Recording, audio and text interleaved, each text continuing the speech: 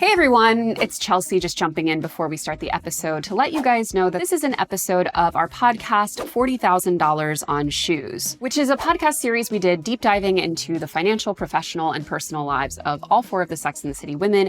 We will link you to every episode on each of the women as they are published so that you can watch the whole collection.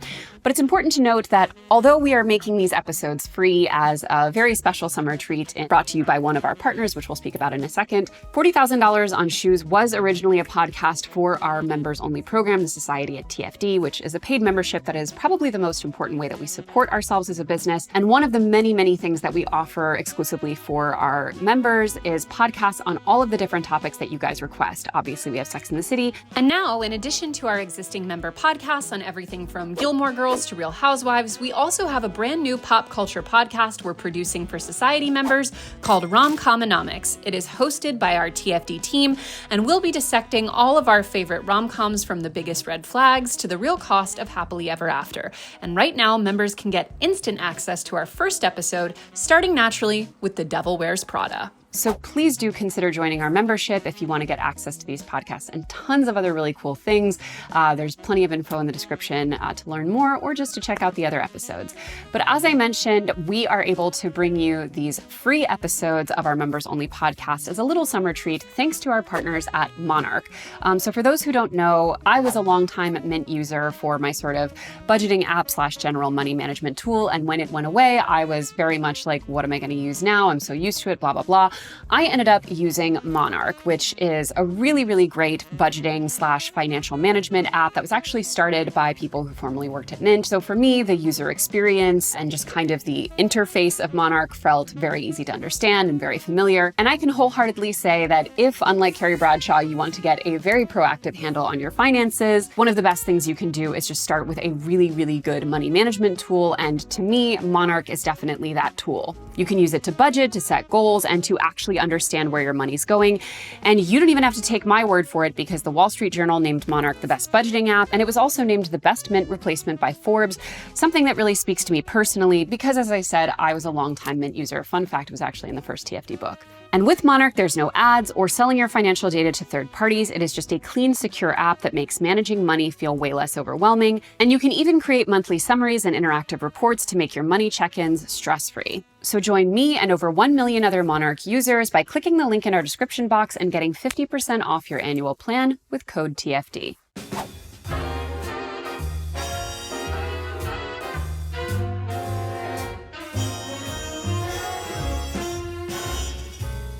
I spent $40,000 on shoes and I have no place to live? Welcome to $40,000 on Shoes, a Sex and the City podcast where we break down the financial stories, horror shows, and victories of our 4 favorite New York City ladies. I'm Chelsea Fagan, founder and CEO of The Financial Diet, and woman who has seen Sex and the City approximately 100 times. I'm Holly Trantham, creative director of The Financial Diet, and also a woman who has seen Sex and the City a lot, but I'm not going to commit to 100 times. And today we're going to be talking about Charlotte. Charlotte York McDougall Goldenblatt. Does she keep McDougall? No. I didn't think so. We're just highlighting all of her Charlotte York, names. Arguably the most romantic, I think inarguably the most romantic of each of the characters, the most traditional, and the one who has had, I think is the least realistic character on the show, because I think that she would not be living in this place and be friends with these people if she actually had all of these values. But I don't know if we want to get into that right away. Well, let's start with Miss Charlotte York by sharing what we believe to be her worst money moment. Yes. So every episode we're going to be sharing a worst money moment of each of these characters. I think Charlotte's worst money moment overall was absolutely quitting her job when she married Trey. Basically immediately. The second she got that ring on her finger. Basically immediately. And then she was very upset with all of her friends for not being, especially Miranda, for not being immediately supportive of her decision. Yes, and we need to add some context here. So with her quitting her job, so she got engaged. Let's set the stage. So with Trey McDougall, played delightfully by Kyle MacLachlan, an overall character that I think was unfairly maligned as a character. which we can get into. I guess so. I feel like he's one of the more decent men on the show. That's what I'm saying. He's unfairly maligned. I mean, is he maligned? She just like decided to leave, like it wasn't going to work out. I think a lot of the fandom doesn't like him. Oh, really? But here's what happens. So she's dating Trey McDougall all of a couple weeks, basically. He has not yet popped the question, so she effectively proposes to herself. And then is upset about it. And then is upset about that. But she essentially sort of cajoles him into a marriage. They have one unsuccessful attempt at a sexual encounter before their wedding. She's unsure. The night before their wedding. The night before their wedding. She's unsure about even going through with it, but ultimately does push through with the wedding. They have not yet successfully conceived a child. A child is in the cards potentially at this point, but we are still well ahead of that actually happening. And Charlotte basically immediately completely removes herself from the workforce and starts building a nursery. And by the way, when all of her friends are upset at her for making that decision, Miranda, obviously, because, you know, it seems like she's letting her husband dictate her choices for her, even though Charlotte says it's my choice, blah, blah, blah. Samantha very accurately points out that if you leave, there are so many people waiting in line behind you that are younger and she says perkier, but cheaper. And, you know, and it ends up absolutely biting Charlotte in the ass, because when she does ultimately get divorced and has a ton of time on her hands, maybe doesn't necessarily need the money, although I think her prenup was a little light for that family, which we can get into in a bit, ultimately can't get another job. She just ends up volunteering because she's too experienced for all the roles that she would want, and no one wants to hire her. And because she took herself out of the pool, that is ultimately shooting herself in the foot for her future. And that is actually I think that was a really realistic thing that happened, because that's I wholeheartedly agree. 100% what happens to women in the workplace now. And we've had people argue with us on TikToks about that, but it is factually correct that you are going to have a much harder time getting a job. She could have just kept a part-time job. There's probably a gallery would probably love to hire a part-time person. Anyway, 100%. On that note, though, so let's like rewind a little bit before we dive back into Trey and the prenup and everything. I just want to talk about Charlotte's background, because I think of all of the characters on the show, we probably get the most a better sense of where she comes from than any of the other ones. Carrie is like such a mystery to me, but we'll get the rest of them are aliens who were dropped here off a flying saucer. But we know she's from Connecticut.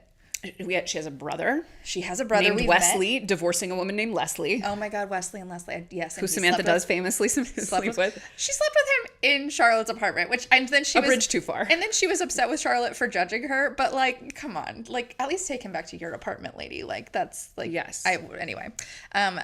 She definitely comes from a wealthy family, but I don't think we know the extent of wealth that it comes from. She seems a little bit more budget conscious, I think, than other people on the show, especially Carrie. Like, for instance, there's that foot fetish episode where she wants to buy the shoes from... Love that actor. What's his name? James Urbaniak. James Urbaniak. Yes, love him. He's so funny in that. I mean, it's like, I know it's kind of a demeaning character, but I did think he was really funny. You know who else played a shoe salesman on Sex and the City in one episode? Andy Cohen. Continue. I don't remember that. He's like, you only see him, he doesn't talk. Continue. Oh, that's really funny. Anyway, but in that episode, that's just like an example of she couldn't afford to spend money on the shoes she wanted. So unlike Carrie, she's actually sticking to a budget, but she's an art dealer, right? Like, there's no way she's making a ton of money. I looked up the average salary, and like, even if she's at the top of that, it's currently, so, you know, subtract 25 years. Currently, we're looking at maybe low six figures, and she's 32 and living in a pretty nice one-bedroom apartment. I mean, she's heavily implied to come from upper middle class waspy money. Like, she definitely doesn't come from the kind of institutional wealth she's trying to marry into. Yeah. But she definitely comes from a very solid, I mean, anyone who lives in, you know, I think a big city, works in some of these more like, you know, glamorous industries, whatever, you know that half of these employees are not living on their own money. You got people whose parents are paying their rent well into their 30s. I was going to say, do we think her parents are paying her rent? Probably. Yeah. I mean, ultimately, Charlotte is, I think by far, I mean, not even I think, is by far the most transactional in her relationships, and is very much like, And I think in some ways it's almost refreshing in the sense that like Carrie sort of deludes herself into thinking that she's doing this for love. Yeah. Charlotte is very, very exacting about like, I mean, she has a list. She's like, I'm dating for a certain pedigree. I'm dating for a certain income bracket. And she's pretty classist. She's definitely the most judgmental of Miranda dating Steve because of his, she like literally says you're white collar, he's blue collar. I think at one point, like she definitely Blue collar. She definitely says some things that are not chill. Although it was really funny. Oh no, that's what she calls him, working class.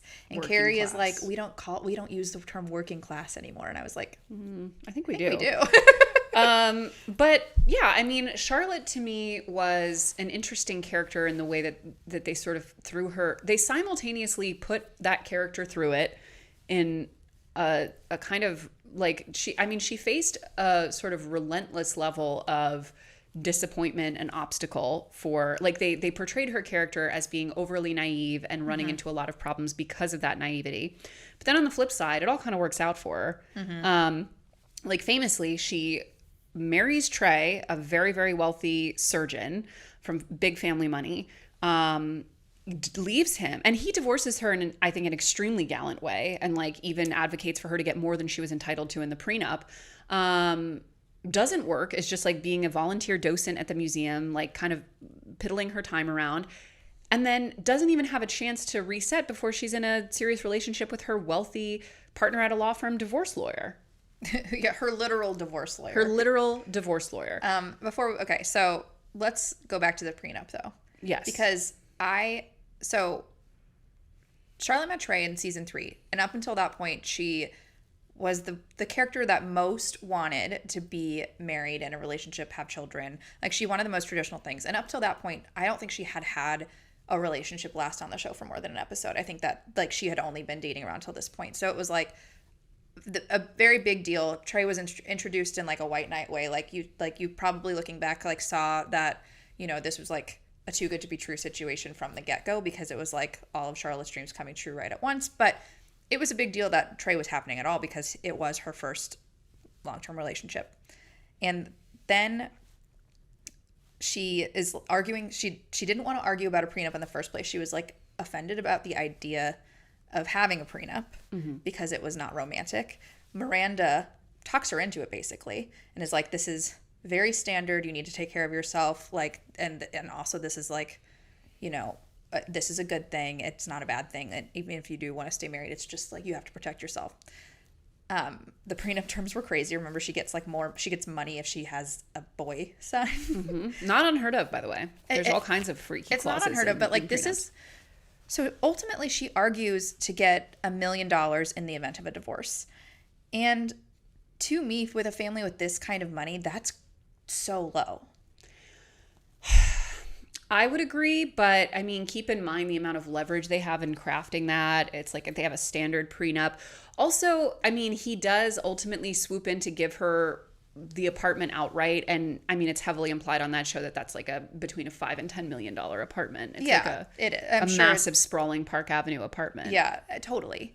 But I do think that yes, of course, this family like has a standard prenup, but I don't know, for the kind of lifestyle you're expecting to live marrying into that family, that just seems like it's not actually a fair transaction at the end of the day if you do get divorced, because wouldn't you have argued like for, I don't know, like some kind of alimony going forward if you're expecting to live on a shared, like sharing this guy's salary, even aside from his family wealth, like going forward. I don't know. I just think that was a really like lowball. I mean, ultimately, like she pushed herself. First of all, the only real prenup talk we ever saw on the show, but we saw her push herself beyond her, I think, very minimal comfort level.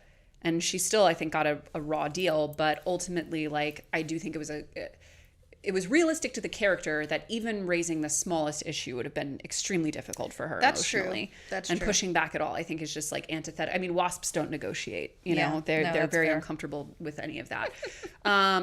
But yeah, I mean, I think Trey also was one of the better male characters we saw throughout the show. Like, he obviously had a lot of issues, but he made real good faith attempts to work through them.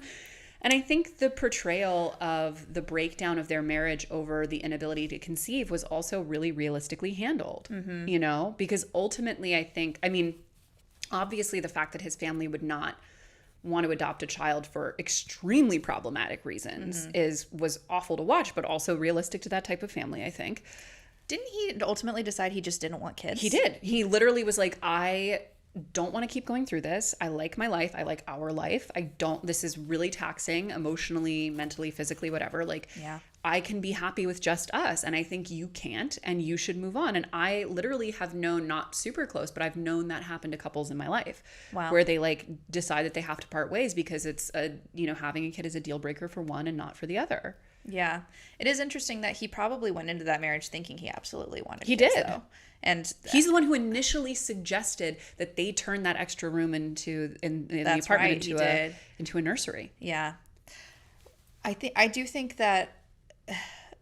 he obviously needed to, go to some therapy and stuff, but I do think he was, like I said earlier, like one of the more decent men on the show. 100%. And just like not afraid to put his mother in her place, which was on also like a little bit inconsistent with the stop taking naked baths with her. What's going on there? With how he responded to his mother. Generally, the like alrighty situation where his mother would just suggest something and he would say alrighty, and that's how Charlotte tricked him into marrying her. Very Lucille and Buster Bluth coded their whole dynamic. But I think, and he ultimately turned out to be a much more decent.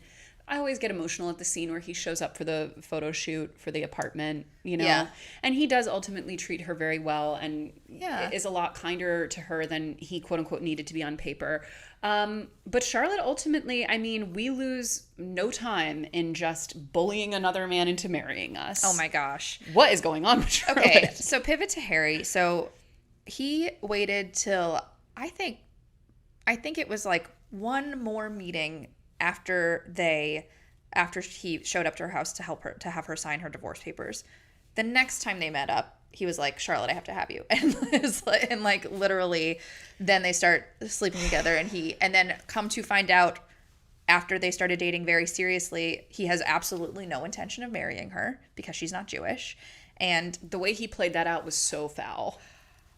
So like people talk about Harry as like one of the best glowing men terms on this show, and like, do I ultimately think he loved Charlotte? Absolutely. I do. I don't think he was the worst guy by any means on the show, but that he just like kind of brushed off the fact that he wasn't going to be able to commit to her long term, and didn't own up to that from the get-go, like, because he just like wanted to be with her so badly is just so foul. Disgusting. Also, she literally converts for him, is like preparing him this like elaborate Shabbos dinner, and like he literally doesn't propose to her and can't even be bothered to turn off the Mets. The Mets. Sorry.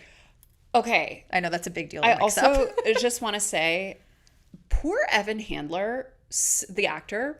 So much is made on this show about how ugly his character is. He's perfectly nice looking. He's just bald. He's just bald. Famously, bald people can be hot. Look at Corey Stoll. Yes, please. I'm never not looking at Corey. Just like going back to the not wanting to marry her if because she's not Jewish thing. Like, I think that is fine. Like, that is a fine boundary to have. Sure, he wasn't even practicing though, but continue. I'm not. Yes, sure. But I do understand the desire to have a marriage with someone of your same religion. Like, I think that's fair. But the fact that it's just, the issue is that he didn't tell her. He basically like tricked her into sleeping with him on an ongoing basis before dropping that bomb when she was already very emotionally invested. It was totally foul the way it was played out. But back to the Shabbos dinner, the Mets game being on, him not paying attention to like the beautiful brisket Charlotte made him, where she's finished converting. The challah. She made that's hard. It's hard. That's hard to make. Like a brioche. It is, but even harder because you have to braid it. Yeah. She went through all this effort, and she like is expecting him to propose at some point, which he knows, and then because she has a little freak out moment, we're supposed to think now she says some nasty things. that she let it rip. She needs, that she regrets. But like, we're supposed to just totally be on his side. That like, that to not see where she's coming from. Like, of course she was expecting a ring. Of course she was expecting to propose. I don't know how much time had passed. This might have been a matter of months, but still, he knew that she was expecting. I mean, Charlotte ultimately, two things. One, again, we're always talking about how ugly and sweaty he is. Like, that's like a huge part of their initial get together is like, but he's so ugly. Like, how could I ever? And then like Anthony famously is like, but ugly sex is hot. Like, he's just getting dragged left, right, and center. Like, and then the fact that she's like, do you know what people think when they see us? Which I always thought was a crazy thing to say because they seem perfectly evenly matched. Like, and also, I mean, listen, if in New York City, throw a rock, you're going to hit 10 couples. That's an ugly, rich man and a hot young woman. Like, that is a ludicrously common dynamic. 100%. They were quite evenly matched, I will say. But also, he's not ugly. But also, it's just like, what's so crazy to me about the Charlotte character from a financial and like self-preservationist POV is like, we went through all of this with Trey. We learned so many hard lessons with Trey, and so much of it came from bulldozing your way into a marriage before the time was right. That was the core issue there. And we literally just have her character do the same thing and bully a man into marrying her. I think that's kind of the lesson she took away from the Trey situation, because that was the successful part, was getting him to marry her. It was just the marriage itself that was unsuccessful. She did secure the bag that way. She did. And yeah, I think I don't think she thinks, I mean, I think she is waspy enough to think baldness is unattractive. I think that's where the her calling him or thinking about him I'm just ugly. going to say it. I think the constant refrain of his ugliness felt a little anti-Semitic.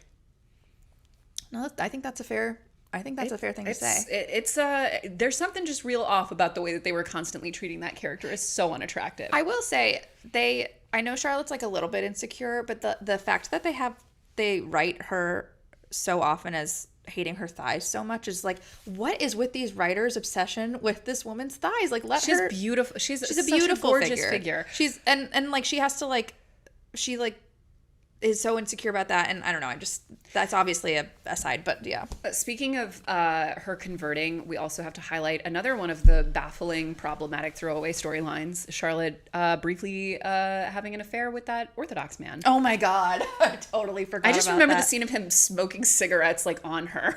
The smoking in that show was so crazy. Probably offensive to people of that religion. The way that they played Charlotte's whole, whatever, the point being, Charlotte just had, I mean, again, most of the problematic storylines and one-offs fell to Samantha, but Charlotte did get a few. Now, she did. We can't have an episode about the finances of these women and talk about Charlotte without talking about the moment where she perhaps spilled the most, I fear, which was when she told Carrie to her face that Carrie's financial problems were not her responsibility and that it was not, because at the time, so to set the stage, Carrie, and we're going to get into this in Carrie's episode, but Carrie essentially allowed a man who she had no intention of being with long term to purchase her apartment and the apartment next door to hers. He made like a hole in the wall. He made one hole in the wall and then she was like, done. I'm out. And for that reason, I'm out. She literally allows this man, because her apartment was being turned, her rent-controlled apartment was being turned into a co-op, and she allowed this man with no intention of marrying him or being with him long-term to purchase that apartment for her so she did not have to move. Mm-hmm. He then, as a parting gift to her, again, an example of men on this show being incredibly magnanimous with real estate, offered to sell it to her essentially at exact cost of what he paid. Although I highly doubt it would have appreciated that much in the very short time that because they were only like living together there for a few months after he bought it. But offered to sell it to her for what he paid. Very fair. She finds out that she has, per the title of this podcast, has spent $40,000 on shoes and has about $2,000 in checking and ultimately no place to live. Tank credit score, no place to live. So at this point, she's just going around, shaking that, ringing the Salvation Army bell for someone to give her $40,000 or whatever she needs to put her deposit in. Both Samantha and Miranda up front, she first gets a check from Big, tears that up because that's a bridge too far. Baffling. I think real Carrie would have cashed it. But then Samantha and Miranda just offer to pool her the money and give her that sight unseen. And Charlotte, who's living in the luxurious apartment that Trey bequeathed her, financially completely stable, doesn't even need to work, and has a, $50,000 or whatever engagement ring rattling around in a drawer, avoids the question, thinks money and friends is very complicated, has heard horror stories about it in the past. And when Carrie goes to confront her, she tells her, your financial problems are not my fault, essentially. Well, I mean, they're not. Again, she spilled. She spilled. One of the few times that someone truly holds Carrie to account. And again, they ruin it. With so many examples in this show of people actually setting a healthy boundary with Carrie or trying to stand up to her in some way, they make her walk it back. And she gives her that fucking ring to pawn. She gives her that ring. She's like, it's treated as a loan. And Carrie's like, I'll pay you back, but it's going to take some time and stuff. And I just don't understand why Carrie felt the need to essentially guilt Charlotte into giving her that ring when she already had her other two friends offer to just give her the money outright. Like she made it into an issue about Charlotte holding on to the ring when she should just let go of the fact that she's no longer married. And she made it like Charlotte's problem. And I think that ultimately, I don't know, if I were Charlotte, I think I should be able to keep that ring forever and let it become like, treat it like an investment and let it continue. Cause it was a $50,000 ring or whatever in the early 2000s. In 40 years, that's going to be a hell of a lot more money. Like why should she have to give up that particular asset? I don't know. I mean, ultimately, and the craziest part of that whole debacle that I feel like does not get addressed enough because people do rightfully rip that whole thing to shreds a lot, and I think they should. But what kind of gets understated is that Carrie is low-key shaming Charlotte for the fact that her wealth comes from her divorce. And first and foremost, like, Carrie, didn't you just march your ass into Mr. Big's office, your literal ex-boyfriend, and he gave you a check for that amount? And I bet you if Charlotte didn't come around, she probably would have used that money. But like, obviously Carrie is extremely transactional in her relationships, but also like one thing where I think we have come around a little bit in a positive way is like, I think there used to be, because this was like, we were getting into the girl boss era. Independence was like very valued on this show. Samantha was like, a total powerhouse. I think there was kind of this weird low-key perception that like a woman getting money in a divorce is like ill-gotten, or it's not her money, or like she doesn't deserve it. Yeah. And there's like a real shame and stigma to that. And, Charlotte is like, well, no, I earned that money, but it's like, it's underrated how gross it is to like make her have to defend herself. Totally. And I think, I do think that Charlotte, I do think there's an argument to be made for Charlotte, like, kind of also shaming Carrie for her financial decisions. I mean, I do agree with Charlotte. Like Carrie makes very poor financial decisions. Horrendous. And she's allowed to call her out on that. Frankly, I don't understand how like Miranda has never called out Carrie on her financial decisions. I know that she was talking to Miranda. We'll talk about that in Carrie's episode, but I know she was talking to Miranda about it when they were talking about how much she spent on shoes and everything. But it's for everything that Miranda does get mad at Carrie about, it's not really usually her financial decisions. But I don't think Charlotte, we don't know enough about Carrie's background to know what she struggled with growing up, what kind of baggage she has in her life. And I do think that there's an argument to be made for Charlotte's attitude towards Carrie to be a little insensitive to where Carrie could be coming from. Now, should Carrie have been making up into her, mid-30s different financial decisions that could have set her up better to be able to buy out her condo, which by the way is like a dream situation. If you're in a rent-controlled building being turned into a condo, like, oh my God, if only I was so lucky. But I do think that Charlotte can, because like I said earlier, I do think she can be the more classist of any of them. I know Miranda can be rude to servers, like when she met Steve, and I think that all of them can, like, definitely, for the other ones, definitely mostly date men who come from money. But I do think Charlotte's attitude towards money is a little bit unnuanced. Well, of course. I mean, I think, she and Samantha are kind of perfect foils in that way. And I think that the way that Charlotte has, I think what's interesting about the Charlotte character is that if you remove her being stunningly beautiful Kristen Davis, her behavior is unhinged and so needy and so desperate and so clingy and so like all of the qualities that this show, I think, in a less conventionally attractive woman can and do kind of punish. Yeah. I mean, I think what's really interesting is looking at the disparity between Charlotte and her sort of relentlessly anxious attachment pursuits of these men and Carrie with Mr. Big. Because I think a lot of people in the recent discourse around this show, I think, have rightfully pointed out that Big's actual type is Charlotte. And when you look at the women he married, when you look at the women he pursued and was totally like publicly affectionate with, they were a very specific type. They were wealthy, waspy, dark-haired, well-bred women, well-bred in quotes. And Carrie is the opposite of that in every way. And I think, yes, he probably had a like physical attraction to her, but he was like socially, financially kind of, and even I think cosmetically kind of ashamed and like not, and that was kind of beneath his station in a lot of ways.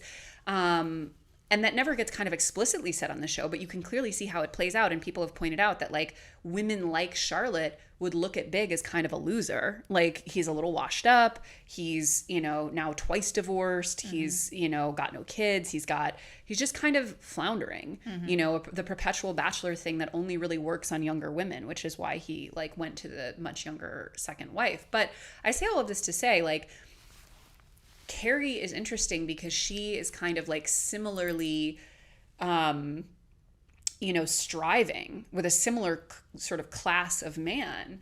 And it never, the match doesn't strike for her until like the last season, Hail Mary, whereas it does over and over for Charlotte. And I think it's just entirely based on her appearance. And I mean, also, of course, a lot of her like social markers and things like that. But I think the show really heavily implies that like she gets away with a lot because she's beautiful.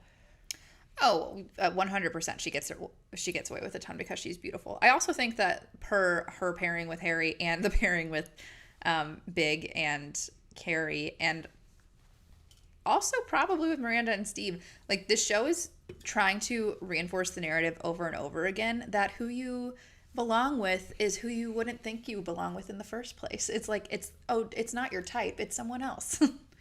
It's the opposite of what you're looking for. Which I don't, okay, and that's the other thing. Which I don't think is a good narrative. I don't think that's true. And I also think it's like, they made so much hash of the fact that Harry Goldenblatt was not her type. Literally, he completely is in every way. Yeah, he's a wealthy, successful lawyer. From, it seems like a New York family. A good New York family. Like he had, like, yes, he was of a different religion. And I think there's like all kinds of like weird old school notions of that are playing throughout Charlotte's story. Like I think she definitely like, I mean, the way that they represented her obsession with wealth, class, you know, the old versus new money, all of that, it was giving the Gilded Age. Like, I don't necessarily know that Charlotte would have considered dating someone like Harry at all if she hadn't already been divorced. I mean, I think that was the sort of unspoken implication was that her stock had fallen from being a divorcee. And that's why she even considered him in the first place. But I think the most unrealistic thing about the way her character navigated that was like putting such an emphasis on looks. Yeah. Because, and don't get me wrong, I mean, Kyle MacLachlan, whew, he's a cutie.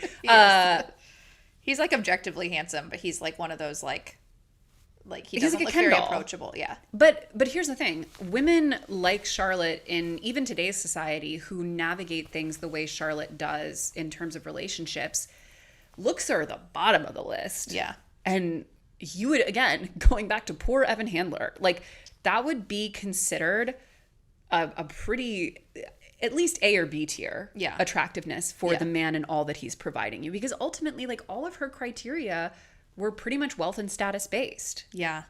I mean, maybe that's like going back to her being such a romantic at some way, because she ultimately, like, I kind of started saying this earlier, but I do think that this character and who she was and what she wanted in real life would have gotten married in her 20s. Would have gotten married in her 20s, would have lived in Connecticut, would, you know, or maybe certain parts of Long Island. Yeah. Or I guess Westchester. She might I was live in going to say, Westchester. she gives me more Westchester. We know she's not fording the Hudson. She's not going to New Jersey. She's not going up into the mountains, but I think she would be in. Up into the mountains like a troll. No, like Beacon. She's not going No. I'm going to Dutchess County. No, she's not going to Dutch. She's not going to Rhinebeck. She's not going to Woodstock. I mean, it is interesting. Like, Woodstock's not even on the train. That's true. But it's, I mean, when you're talking about like really, really wealthy people who choose to live like in the Hudson Valley, that's an eccentric wealth. That's an eccentric wealth. But no, she's like definitely Greenwich. Weirdly, a lot of celebrities have bought in the Hudson Valley. I guess the privacy. Anyway, Paul Rudd has a candy store up there. Anyway. A candy store. All of that is to say, Charlotte's and like her obsession with having children and in a very specific way. And although I will say, I think it was a really admirable character development for her that she immediately pivoted to like, I'm going to adopt a child. I'm going to learn this language. I'm going to, do everything I can to provide this home for this child. Whereas I think, I just think that they showed her character being pretty resilient. Yeah, she was definitely very resilient. And I think that, I think ultimately her optimism is very admirable. And I think that I think her and Samantha ultimately were the most optimistic of anybody on the show, which is really interesting because they're so different in every other way. But I think that her infertility storyline was really interesting. She had to overcome a lot. It was like a really tough thing to deal with. It's very, I guess, interesting to watch it from a 2024 perspective now and see how they talked about adoption and how it was portrayed as purely a very progressive choice, which I think probably still is true for a lot of people. For certain people, yeah. For certain people. But now we look at it and we know a lot more about, adoptees and how complicated especially that can be. transracial adoptive trauma and like the implications that are hopefully more, I don't think always by any means, but I think hopefully more taken into consideration now. Whereas it was kind of, I do think that there was a little bit of white saviorism happening with their ultimate decision of where to adopt from. And I know, and like also the fact that it seemed like a almost last resort to adopt transracially from China after the adoption from the white Southern couple fell through, which I do think is realistic. I think that happens, the adoption falling through after it was planned. But yeah, I do think it was like, I think there's some problematic angles to talk about there. Not that I'm an expert on it, but I think that's true. I think that obviously any show made 20 plus years ago is gonna not age perfectly, but I do think also what was interesting in the choice of the show was to show her, like, she went through a lot of pretty invasive fertility treatments and they did not work, famously. Yeah. And I think that's also, they really set Charlotte up as kind of being this storybook princess and really showed things kind of repeatedly not working out for her. And I even think the way that they had her navigate Miranda's unexpected pregnancy to that loser Steve. I just rewatched that scene though. Which one? The one where she shows up to the apartment after thinking Miranda got her abortion and has like accepted it and like is there to just be supportive. And like, I'm going to cry thinking about it. Like, and then Miranda's like, Charlotte, I changed my mind. I'm having the baby. And then she's like, at first you think she's going to be upset, but then she's just like so happy saying we're having a baby. It was like, I don't know, Charlotte. And for those who don't remember, when Miranda initially told her the news that she was pregnant, she was like, how could you do this to me? How could you get accidentally pregnant when I'm struggling so hard to get pregnant?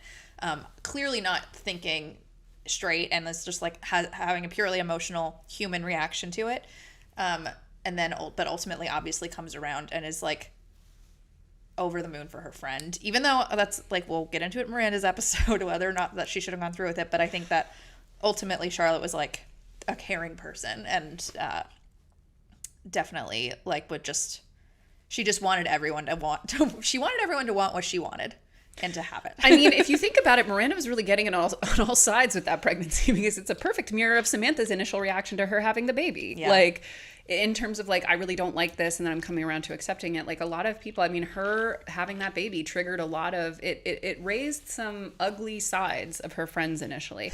Again, we'll get into it. We'll get into it. I mean, listen, I would have preferred a sperm donor for Miranda's kid, but I mean, ultimately, I do think too that that's a very, I mean, it was ahead of its time in a lot of ways, in the sense that, I mean, back then it was still pretty stigmatized to talk about things like fertility treatments, miscarriages, things like that. And the way that they, I think, represented that, you know, the profound grief and disappointment, the envy, the difficulty being happy for people. You know, when I've spoken to friends who have really struggled with fertility issues, they'll say, like, you know, an announcement on Instagram can ruin your whole week, you know, and it's, you know, having to like be superficially happy for someone when you are just completely broken inside and want to sob and scream like that. I mean, it's something that I think is almost impossible to even fathom unless you've been in that situation. But the way that they portrayed that, I think, very in its good and bad iterations, and in the ugly sides as well. There's also it's like kind of this very similar moment. She originally was going to skip Brady's first birthday party because she had just had a miscarriage and was too emotional about it, and then she decided to put on her best dress and show up anyway. And she I don't know, I think she for as anxious and needy a character as she ultimately is, she definitely, you know, held her head high in a lot of tough situations. I think she did. And I think, you know, it is ultimately, you know, I think a lot of people, the way I feel about Samantha, I think a lot of people feel about Charlotte, because I think for me, like Samantha, to me, I think as a woman who does not want children, who does really prioritize other things in my life, and who does really respect and admire that specific way of navigating life, like I think she just represents a lot. And I think for women who do want that more traditional life and partnership and family and role as a woman, like I think the way that her character navigated it ultimately, I think, gave a kind and loving portrayal of that kind of choice in life, and didn't, although she went through a lot of ups and downs, ultimately her character did find a happy ending and was able to build the life that she wanted. And I think that, like, what's compelling about both of their characters from a feminist kind of lens is that both of them ultimately were much more honest with themselves and with others about what they were doing, what they were looking for, and the choices and sacrifices they were making as a result. Like, going back to her quote unquote worst money moment, which I do still think was her worst. It was a terrible strategic move to abandon all earning potential the second you get engaged or whatever, or get married. At minimum, though, it was a very clear move towards a life and a set of choices that she wanted. And despite other people attempting to shame her for that, she was still at least totally open and honest with herself. Whereas I think a lot of women, and I think Carrie also and Miranda both struggled with this, is like a lot of women, I think, feel really compelled to obscure and justify their choices. Even to themselves. Like, even to themselves, they can't necessarily be honest about the choices they want to make. Yes, I agree. I do think, though, Charlotte had to justify the decision to quit her job to herself. Like, I think she talked herself into that decision, and then she ultimately regretted it. Because she was so upset with Miranda she, like, called her the next day and was like, I was really upset at you for calling me out. Feminism is about having the choice, which it isn't. It's about, you know, it's not about individual choices. But it's, like, I think she... And when she was telling her friends she was going to quit that job, Carrie was like, "But you love your job," and she was like, "I know." But it's hard. It's hard to say. I think she struggled with it to a degree, as Samantha sometimes struggled with her decisions to prioritize independence and career over love. But I do think that it was still a very clear line in the sand about the kind of life that she wanted, and I think that's fair. Whereas Miranda and Carrie, I think, both often struggled as characters for trying to have it all, quote unquote, in a way that wasn't honest to what they both really wanted out of life. Like, Charlotte at least was always moving in a pretty linear direction towards the outcome that she wanted, and was very transparent about the choices that she was making to get to that outcome. Yeah, that's fair. I mean, you know, I guess there's a lot to criticize Charlotte for with her very traditional viewpoints and very, I guess, patriarchal view of what she wanted in a marriage. And, like, you know, the fact that she even said outright the man should make more at one point. She, like, had very clear beliefs about gender and money and family dynamics and I think ultimately she probably would have like become a stay-at-home mom regardless at some point, even if she didn't, even if she hadn't quit her job when she immediately married Trey. So there's a lot to criticize about her belief system, but she was very like, they didn't change. Ultimately. No, and she was consistent. I think we've seen a lot of it in the recent rise of like all the sprinkle stuff of like, in a lot of her calculations and a lot of her analysis, like she wasn't wrong, like for the kind of life she wanted to live and the kind of security that she wanted to achieve. Like, unfortunately, I mean, listen, do you occasionally come across, you know, a Smith Jared who's going to be an amazing, present, grounded partner who increases his earning potential alongside the woman, even though she earns more, and is like totally comfortable and okay with that, and like all of the, do you occasionally meet people like that? Yeah, but the numbers don't lie. When you look at like, you know, marriage stats and things like that, it is very difficult for a lot of hetero marriages when the woman out earns the man. You know, women take on a very disproportionate level of both physical and professional financial risk when they have children. You know, that the domestic labor falls to them. Like, there's so many ways in which Charlotte trying to just like play dating, marriage, and family as kind of like a board game, it's not wrong. But again, makes no sense why she is living here in her 30s, friends with these people. Magical realism. This show is like, you have to suspend disbelief for Charlotte being in New York City. It almost seems like she at points resents the level of independence she does have, because she does have a career and she does live alone, and when she goes to that psychic, the psychic tells her she sees she's going to have a flourishing life and a great independent career, but doesn't see marriage for her, and Charlotte could not be more depressed. And again, very honest about what she wants. She knows what she wants and who she is, but like she wanted that so much it's kind of sad to me that she couldn't appreciate the more independent parts of herself more, I think. I totally agree. I think ultimately Charlotte's character it's interesting how so much of her stuff feels dated and yet feels like a lot of the same conclusions that a lot of younger generations of women are coming back around to. Like, the game is rigged, so I might as well play it for myself. The game is rigged, but it's just like she does just kind of accept it as like that's the way the game is, even though the reality is, for like the reasoning behind wanting to earn less than her husband, wanting to be taken care of by a man, is not all about herself and her own choices. Probably it's also about, you know, like the Steve situation, like how men perceive it when you are more successful than them, and she ultimately just wants to be happy and taken care of and doesn't want to challenge that.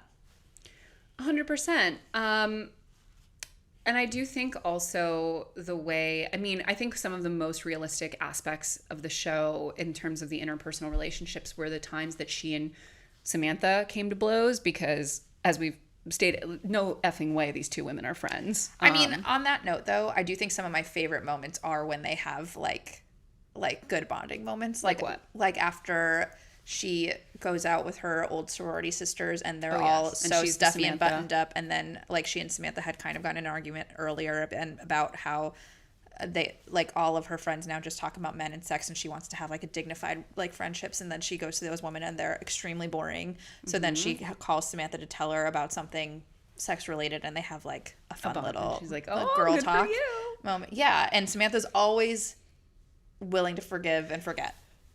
Not to bring it back to my girl, but she's just such a better friend than any of these bitches deserve. Like, she's so good to them and so cool, and what a friend to have. She is, but again, like when they stop butting heads for a moment, like there are other moments. I just like, that's the one that comes to mind immediately, and I just like, but also when it was very funny to me when Samantha didn't want to be a bridesmaid, but it was also really mean of Charlotte to be like, I just included you because I didn't want you to feel left out, and then Samantha of course is like, I don't care. That was incredibly cruel of Charlotte to say that. And not true. She was pretty cruel to Samantha a fair amount. She was, because I think, you know, she was judgmental. What is really interesting too, if we look at it as like the duality of girl boss, like what's interesting to me about their characters, and again, I think true to their characters, is like Charlotte was very threatened by Samantha's existence. Yeah. Samantha didn't give a fuck about Charlotte's existence. Do you know what I mean? Like, she was like, go do what you want, girl. I wouldn't recommend it, but like, do what you want kind of a thing. And I think this is very true to life, that like for women like Charlotte, the idea that a woman like Samantha could be happy and fulfilled and enjoy her life is deeply threatening. Yeah. And I mean, I think like as someone who doesn't want children, like sometimes you do come across women for whom that is upsetting. Like, and you can tell that it's like almost an existential dread. Yeah. But I do feel like in real life, like I do believe Charlotte wanted children and she wanted that kind of lifestyle. But I do think in real life, don't you think a lot of that envy comes from a place of like questioning their own choices and not having security in people's own and like confidence in their own decisions? Like 1,000. Well, that's what I'm saying. Like, no one is more triggered by a young woman who doesn't necessarily want to have kids or get married than boomer women who like had no choice but to do those things. Yeah. Like it like truly throws water on their motherboard, because they're like, I made a deal with society and with my life and my family and everything that like, in order to be happy and successful and validated and have the identity I want, I need to make these decisions. And the crazy part too is that like it doesn't necessarily mean that you would have been better off not doing those things or that you wouldn't have been happier other. Like, none of this means any of that, but there is just that itch of like, if you can be happy with none of these things, then it has to by necessity call into question as to whether or not these things are inherently necessary for happiness and fulfillment. Yeah, I do think it was also very realistic that Carrie tried to hide her affair with Big from Charlotte and was like, I'm not telling Charlotte to Samantha and Miranda. And then obviously Charlotte ran into them, so she couldn't keep it a secret any longer anymore. But I do think like that's realistic. Like, you wouldn't tell your friend you know is gonna read you for that. And this is where, I mean, Charlotte, I mean, it's an underrated, it's a kind of a throwaway thing, but you know, when Charlotte very correctly reads Carrie for filth for sleeping with Big, who is married and also cheating on her boyfriend, she does point out that Carrie doesn't care about this potentially hurting Big's wife. She cares about herself. But it's also notable that in that sort of dressing down, she's more focused on the fact that one of them is married. It's almost like she doesn't, because Carrie and Aiden are not married, it's like not nearly as much of a transgression. Oh no, that's true. And I think that, I mean, that, but again, that's very, very consistent with the kind of woman for whom like you can't even let a relationship breathe. It has to be moving in a linear fashion towards commitment. Well, she got mad at that one guy for cheating on her after one date in the gallery. That's making true. out with someone else. I mean, like, she should have been mad. They were on a date, but like, that was funny. Now, this does harken back, though. Charlotte's storyline does harken back to one of my more really retrograde gendered beliefs, which I'm going to consider cutting this. But so as we know, as well as you and I know, but as people like, so I've said this on like TikTok, etc. I've said it probably on YouTube videos. Like, the best heterodynamics are the ones where the man is like more into the woman, bar none. Has to be. It's a minimum. Like, she of course loves him, but he's got to be like obsessed with her. And there's a lot of reasons for that. We don't have to get into them. But on a similar note, I've always had a pit in my stomach when I see couples where they've been together for a long, long time and the woman proposes to the man. Interesting. Because, and this obviously played out very poorly for Charlotte in the sense of like, she pushed the issue and she essentially proposed to herself.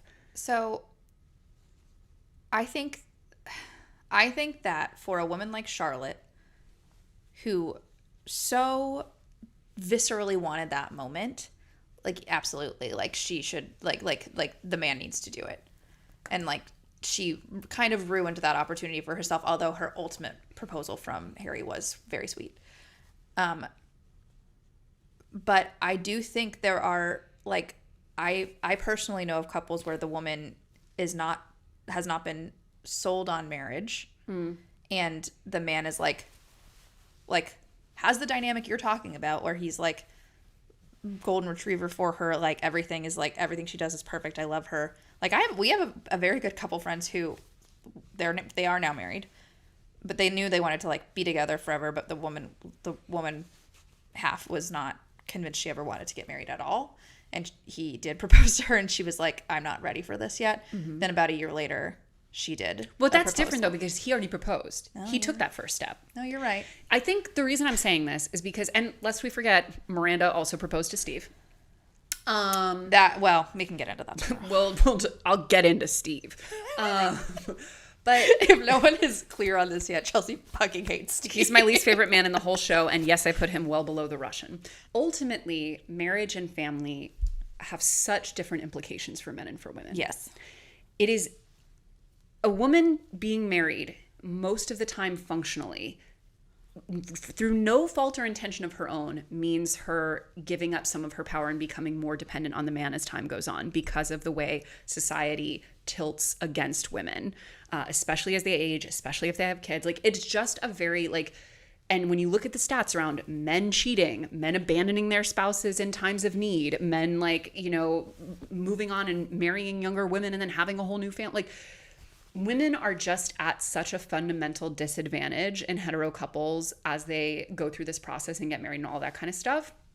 And especially if they have kids, it's like, for a man to not be 100% sure and to be taking on that responsibility proactively, I'm not saying it can't work out. I'm sure it has. I'm sure it does. But it does always give me a moment of pause of like, I hope that this works out. Because if a man is in some way avoidant of that, not sure about it, not completely into the idea or committed to the person, and she is, because a lot of times I think it happens where it's like, it's more important to her than it is to him or whatever, because ultimately marriage for a lot of women means protection, that like if something happens to the relationship, that you have some legal and financial protection, you know, as your earning potential decreases, as you're being sort of punished in all different ways. Like, it freaks me the hell out. We've done videos on this, the whole stay-at-home girlfriend thing. It's like, girl, get something in writing. Oh, absolutely. I hear what you're saying. I think it's a valid argument. I do think that people are, especially our age and younger, trying to redefine what marriage really means to them. Sure. And I think that I'm talking about the legal financial joining of resources and families. No, I know. But like, again, like the legal financial joining of resources and families, like, I think people are also trying to approach that from a more equitable place. Totally in the first place. My husband did propose to me, so like, I like, obviously I'm playing out. It's not about your husband. I know, but like, I'm just saying, like, I obviously have abided by some of the similar gender roles here, but like, I think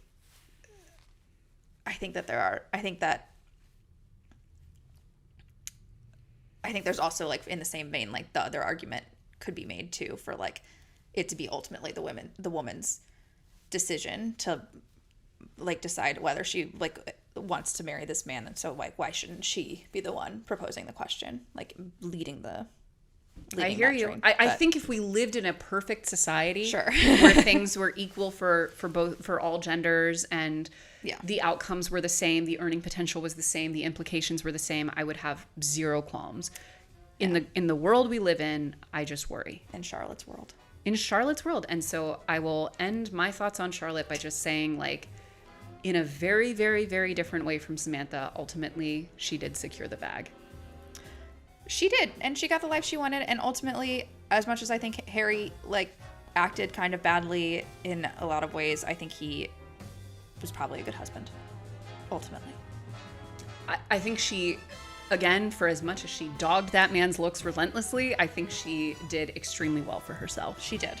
And I think Evan Handler is perfectly handsome. He's just bald. He's just bald. He's great. Anyway. Stanley Tucci's bald. That's another bald king. And he wasn't always. That was just with age. All right, guys, we'll see you back on the next episode of $40,000 on Shoes. Bye.